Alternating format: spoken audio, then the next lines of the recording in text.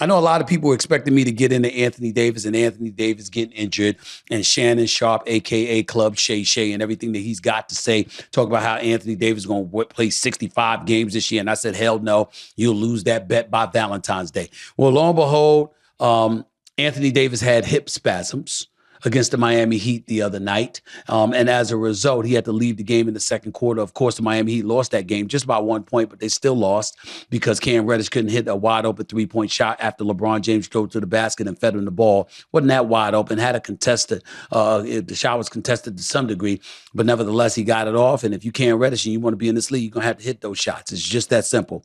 Having said all of that, I don't have much to say about Anthony Davis because here's the deal.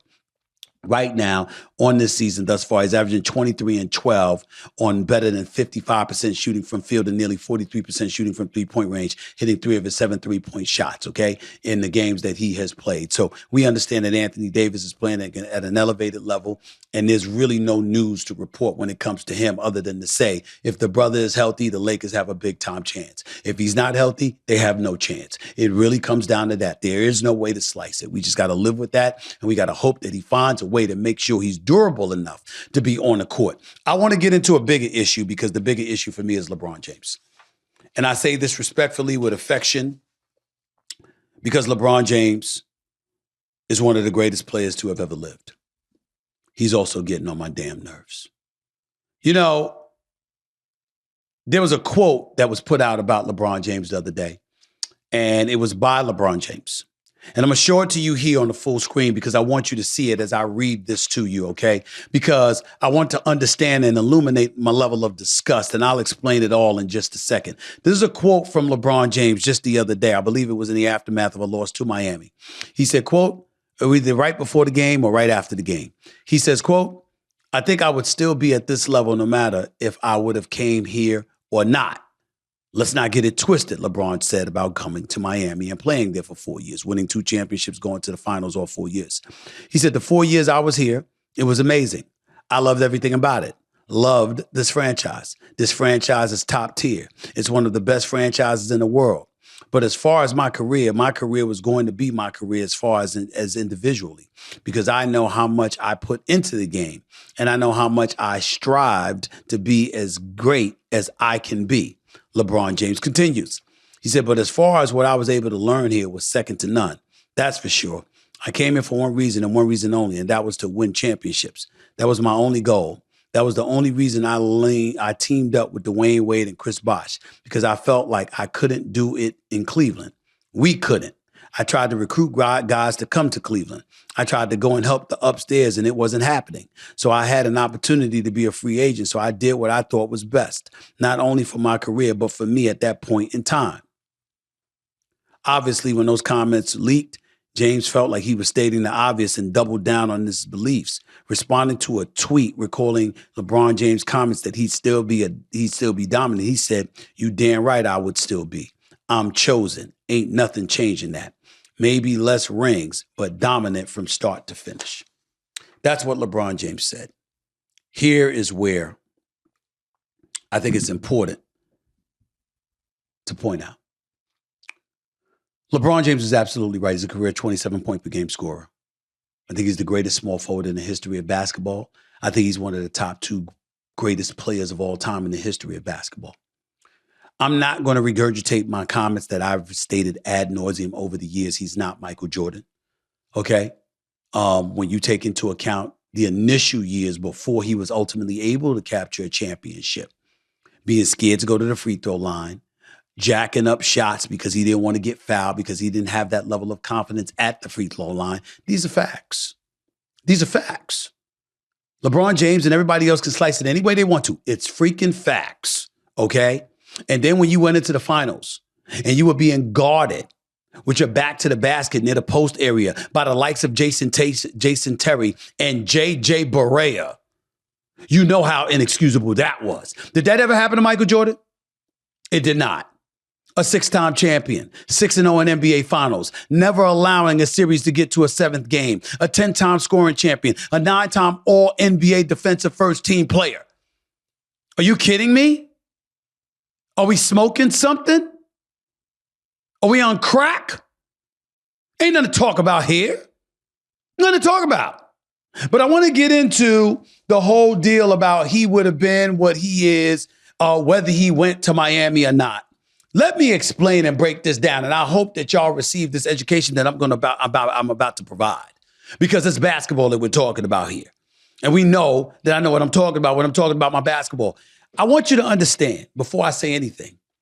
I hope that we have the ticker to put up here. You know, LeBron James, great husband, great father, great philanthropist, actor, director, producer, businessman extraordinaire. He's a media mogul.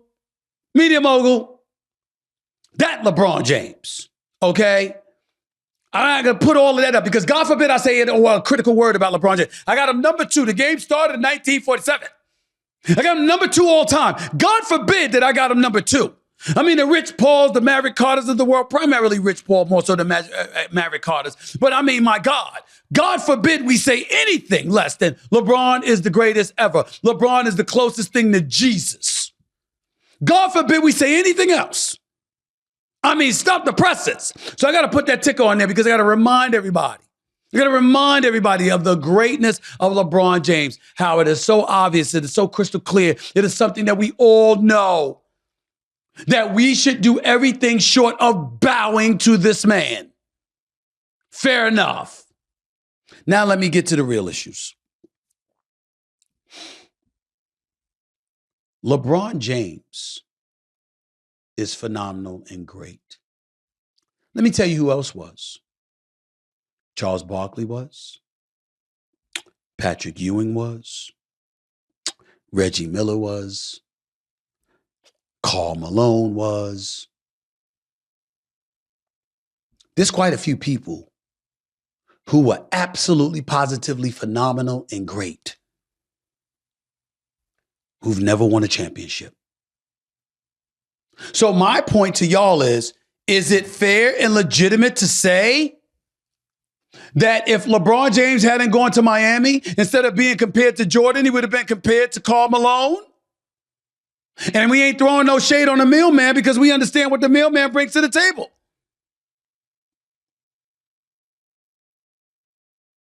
So it is what it is. Let's get down to the nitty-gritty here about what I'm trying to say. LeBron James owes everything to Dwayne Wade and Pat Riley.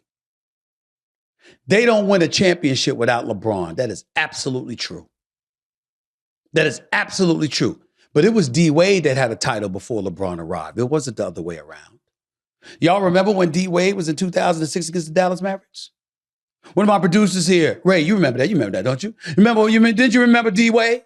Remember when D. Wade spent the last 4 games of the finals against Dallas, averaging 37? 37. Took the hell over. Shaq doesn't have 4 rings if it were not for D. Wade. He's stuck on 3. That's why he called the Flash. Alonzo Mourning never captures a championship if it were not for D. Wade. What are you talking about? What am I missing? And the same D. Wade that helped Shaq get a 4th ring, that helped Alonzo get a 1st ring, that same D. Wade is the dude who literally babysat LeBron James. I know it's not popular to say. God forbid I tell the truth. I respect the hell out of LeBron James. Ain't nobody trying to disrespect him. I'm saying we talking facts about the game of basketball. When LeBron James first arrived in Miami, he was so psychologically warped, being betrayed by former teammates for business that is none of y'all own, combined with the fact that he was a pariah because the city of Cleveland was burning his jersey in effigy because he had departed. Little white girls and white boys and black girls and black boys crying like somebody got assassinated, when in fact all it was that LeBron James left. Remember that?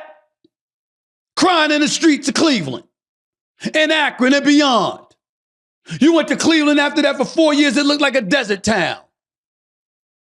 The economy was crashing, for crying out loud. Businesses were bankrupt and boarded up. I mean, that's what LeBron James did. And he had every right to do it. And I don't blame him. And I'll never, ever blame him for leaving Cleveland for South Beach. I'm wondering why the hell he went back. But that's beside the point, and I digress. My point is, he goes to Dallas. Forget the play for a second.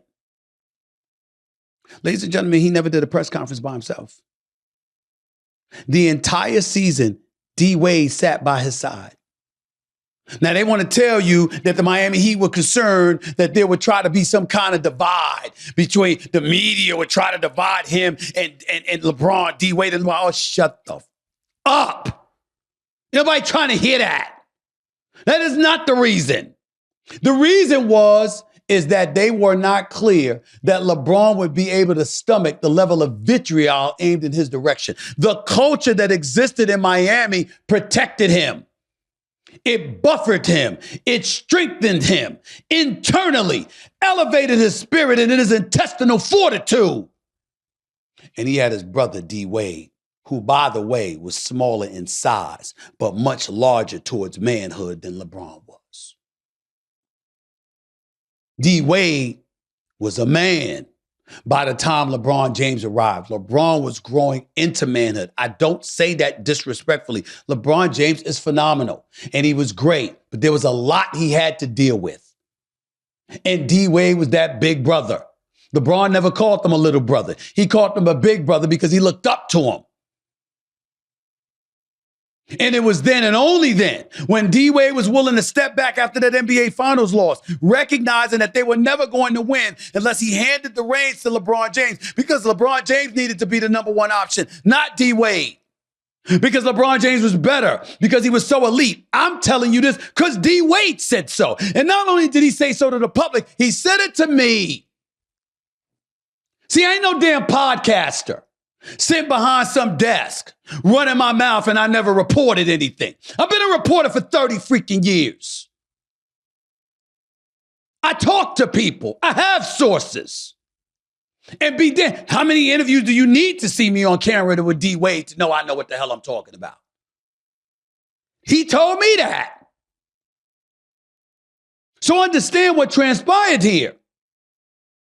When LeBron lost in the finals, wet the bed against Dallas, he was vilified and excoriated. When he came back the next season, remember that All-Star game? Remember it, Michael? Remember it, Ray? All-Star game, going up against Kobe. Kobe clapping his hands. Let's go. In an All-Star game, an exhibition with absolutely nothing to lose. LeBron James acted like he was driving into the lane at the last second and throwing a damn ball at Cam Reddish, like he did the other night. That's what he did All-Star weekend. Tried to throw the ball to Carmelo Anthony. And Carmelo Anthony turned the ball over, and Carmelo Anthony and D. Wade and Kobe all descended upon LeBron James. What are you doing? It's an All-Star game. The hell you passing the ball for? Everybody wanted to see you go one-on-one against Kobe. Even Kobe got on him about that, God rest his soul. Because he was psychologically warped. He didn't have that killer in him. Regardless of what you saw in 2007 in the Detroit series, when he scored 25 straight and 29 in one quarter. Regardless of what you saw him propelling them to the finals against San Antonio before they got swept at a very young age. Regardless of all of that, the killer in him did not arrive officially until a year later when they were down 3-2 to Boston, in Boston, at TD Bank Garden, when LeBron dropped 45 and 15 and he's keeling over looking into the camera and his eyes are white and the eyes rolled up inside his head and he looked like a man possessed.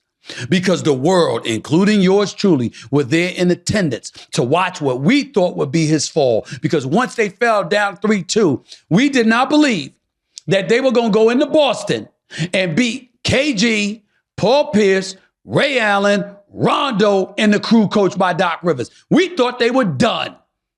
And LeBron James would have never recovered. But he performed that night, and he deserves credit for it. And his star elevated to another level thereafter, and he deserves credit for that. But not until after the culture and the brotherhood of Dwayne Wade propelled him. Why do you think I was so upset when LeBron James wasn't at Dwayne Wade's Hall of Fame induction ceremony? I still can't believe that wasn't a big enough story. Supposed to be your brother. Now I understand. Bronny James, just a few months ago, had the heart ailment, collapsed at USC, rushed to the hospital. Thank God he's okay. And I understand LeBron James spending time with family. But from my understanding, he traveled over the summer. And I'm not LeBron James, and I don't get to take private jets that often, but occasionally I do. And I happen to know that you could have had time to fly in for the Hall of Fame induction of your brother. I promise you this, and it's a prognostication, it's a prediction, but I can't say definitively. But I'm almost willing to say, let me promise you that when LeBron James Day comes and he's inducted into the Hall of Fame, I promise you D Wade will be there. You can bet the house. There's a lot that we don't talk about with LeBron James. Remember when the memorial service took place for Kobe Bryant? I'm quite sure he had his reasons. LeBron was devastated, loved Kobe. We get that. I can't believe I didn't see him there. Magic was there. Jordan was there. Shaq was there. Steph Curry was there. D Wade was there. The NBA community was in attendance. We didn't see LeBron James. Two of the most conspicuous, biggest moments, albeit for completely different and in Kobe's case, absolutely tragic reasons. We didn't see the face of LeBron James, the face of the league, one of the preeminent faces in the world of sports. And every time we turn around and we ask these questions, it's like throwing shade. It's not throwing shade. It's recognizing his greatness, his significance, his impact, and wondering why. Am I wrong, Ray? Am I wrong, Michael? Am I wrong, Solange? I mean, what am I missing? What's up? I'm simply saying, I'm not asking, they're rhetorical questions. But why is this so wrong to bring these things up? Why is this so wrong if I'm sitting up there and I'm saying, yo, this quote that you said, it's not paying enough homage. I know that you raved and talked about the Miami Heat organization, but you were going to be what you were going to be no matter what without them. That's just not true. That's just not true. One of the reasons that I put Jordan as number one, I'm not looking at Jordan's resume compared to LeBron's resume once LeBron became a champion. I'm looking at the resume leading to becoming a champion. Did Jordan need to be pacified? Did Jordan need a big brother sitting next to him and shielding him from the shrapnel of criticism that was being aimed in his direction from the media? Did Jordan need somebody holding his hand? Did Jordan need to be incentivized and prodded by other human beings to be the killer he needed to be in order to win? Was it Jordan that came up small in the playoffs, or was it Scottie Pippen with the migraine headache in a Game 7 against Detroit in the Eastern Conference Finals? Was it Jordan that would sit up there and had to be prodded to expose some miniature dude that was guarding him in the post? Was it people looking at LeBron who retired and wearing his sneakers and begging him to come back, or was that Jordan? Am I missing something? Am I missing something? What are we talking about? I'm saying that road to ultimately becoming a champion, a road that was stymied primarily by the bad boy Pistons and Isaiah Thomas. I don't even give it. If you know anything about me, I love Isaiah Thomas. He is a friend and a brother. Isaiah Thomas gave me my first interview from a professional athlete ever. I was a high school reporter for the New York Daily News. That's how far me and Isaiah go back. 1993, 30 years. I love this man. I love this man. I respectfully disagree when he even intimates LeBron over Jordan, because guess what? Psychologically, if you are that warped like LeBron is, you wasn't going to overcome that going up against those bad boy Pistons with Lambert and John Sally and Dennis Rodman and Rick Mahorn, Adrian Dantley, Isaiah, Joe Dumars, Daddy Rich, Chuck Daly coaching them. Those dudes were specialists in taking your heart. Specialists. And if you didn't have enough of one at any point, they weren't going to allow it to grow and mature. Do y'all not get what I'm saying? That's what I'm saying. That was not Jordan that had those issues. It was LeBron James. And you know who helped him overcome those issues? Who helped him overcome those issues? It was Dwayne Wade and the Miami Heat and their culture and those rings and the fearless approach and the commitment to winning and the doing things right and the shielding him from all of that nonsense. All of those things, along with the greatness of Wade and Bosh. And ultimately, Ray Allen, who saved the day in that game 6, by the way, helping to force a game 7 when Greg Popovich, the very next year after they won their first championship in Miami, when Greg Popovich decided inexplicably to bench Tim Duncan in the last second, and which enabled Chris Bosh to grab a LeBron James miss. He grabbed the rebound, fed it to Ray Allen, who didn't even look down, but was astute enough to step back behind the three-point line on the right corner and drain a three, forcing overtime. It's Stephen A. you listening to, baby. You know I know this. The hell we doing? It's two different worlds. It's two different worlds. All I'm saying about LeBron James, he didn't utter a disrespectful word about the Miami Heat. I'm not saying he did. I didn't interpret it that way. But let's not act like you would be you if it were not for Miami. You wouldn't be you because you wouldn't be a champion. And if you were never a champion, you wouldn't be the iconic brand that you are right now. We'd be talking about Steph Curry a bit more. That's what we would be doing. But you're a 4-time champion. You don't win with Kyrie and Kevin Love if you never learned how to win in Miami. You don't win with Anthony Davis in a bubble if you never won with Miami.